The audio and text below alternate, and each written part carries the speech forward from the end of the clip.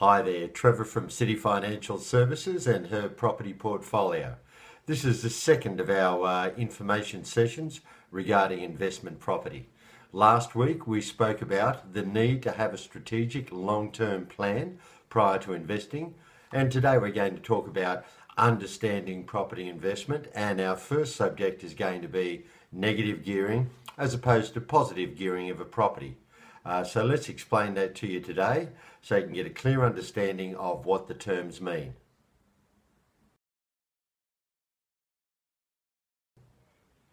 Firstly, let me explain what the term financial gearing means in relation to both negative and positive gearing.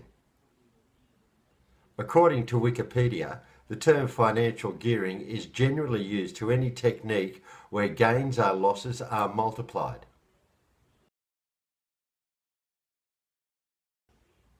It simply means borrowing to invest.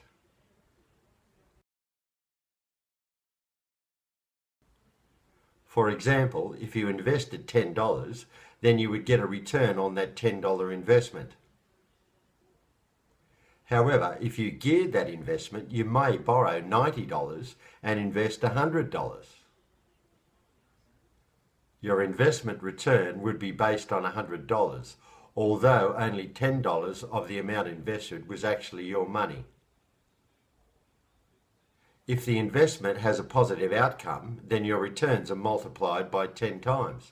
Conversely, if it's a negative outcome, then your losses are multiplied by 10 times. A 10% gain would double your money, whereas a 10% loss would wipe out your original capital. That's how gearing works.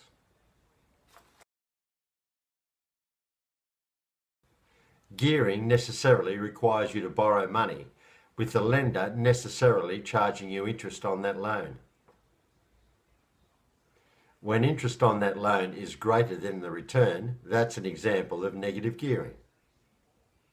A negative return on funds invested. Conversely, the term positive gearing is used when the return is greater than the interest incurred.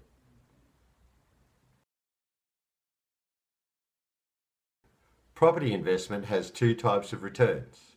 However, rental income is the only return assessed by the ATO, the Australian Tax Office, when it comes to assessing whether the return is negative or positively geared. The other return is a change in the value of the property. If the property goes up, that's considered a capital gain.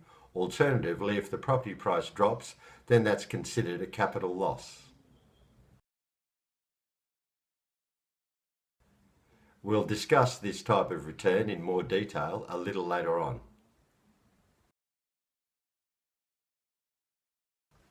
Negative gearing is when the mortgage is greater than the rent received, whereas positive gearing is when the rent is greater than the mortgage incurred.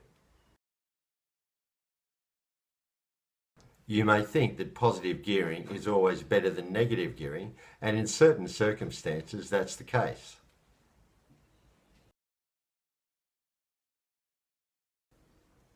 But if your strategy is to gain long-term wealth, it may be advisable to think about what will produce the highest capital gain and if you can use negative tax benefits to help you pay for that gain. I hope that helps you understand the difference between negative and positive gearing. Next week, we'll be talking about more principles of understanding property. If you want to download my full property investment book, please click on the link on our website at Herpropertyportfolio or City Financial Services Australia. See you next Friday.